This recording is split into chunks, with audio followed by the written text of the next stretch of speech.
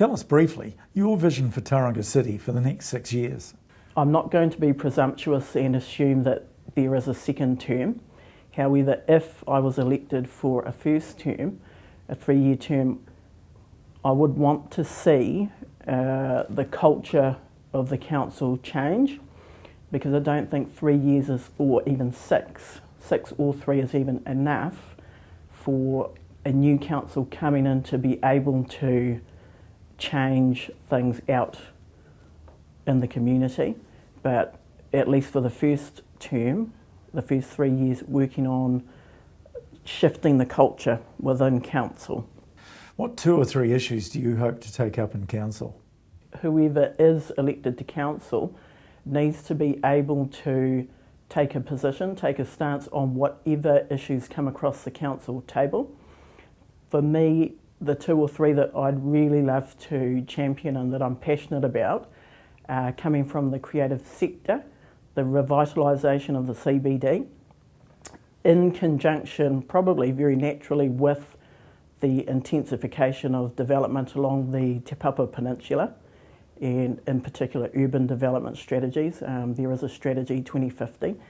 The other one is more around how council work in conjunction with central government, because I feel that at the moment there's not a very close working relationship with central government, but in order to get some of the key issues addressed, in particular in the infrastructure portfolio, whether it's the Northern Link, the Bayfair underpass, that requires a close working relationship with central government. Tell us briefly your qualifications and experience in governance type roles. At the moment, I'm actually a member of the Distributions Committee of the Acorn Foundation. I'm also a trustee with Ongare Trust, which is, it has an asset base in high value horticulture, owning kiwi fruit and avocado orchards. I also have a background as a former trustee with 2 of our local PSGEs, or post-settlement governance entities, who mainly handle land and quantum settlements. What are the key values that you live by and will bring to the council table? Very simple things: honesty, integrity, and I think compassion. Things that might be considered quite basic, but for me are fundamental human values that, you know, that makes it that you can relate to anybody. Tell us what experience you have in reading and analysing complex and large reports and financial accounts. Well, as a trustee and with my governance background, and I also have a master's degree, so I'm quite used to processing whether it's academic, voluminous documents and or reports from consultants, that type of documentation, financials as well as an everyday part of being a trustee on a board. So I feel that I'm very used to reading, understanding, interpreting, and maybe most importantly being able to extract the key elements or key issues that need to be addressed from large, dense amounts of documentation. What's your experience in debating complex issues? Being able to extract out the key issues and being able to, I guess, translate them into more everyday ideas and language in layperson's terms, I think is the first part of that.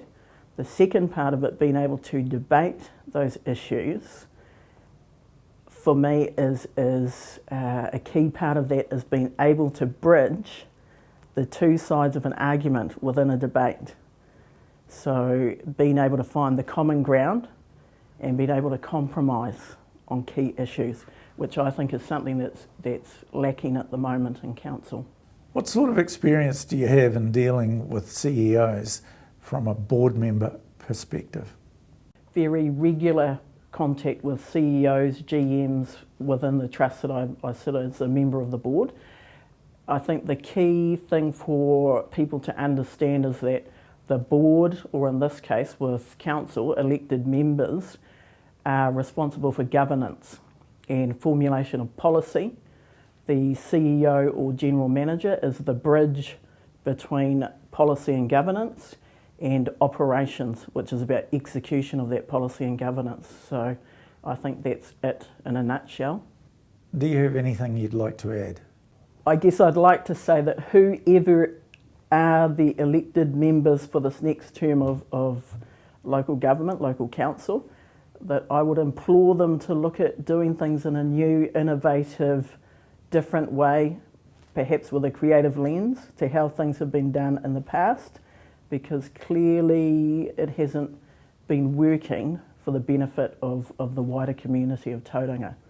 So that's what I'd like to see, and working together in collaboration with each other, whichever side of an argument people are sitting on.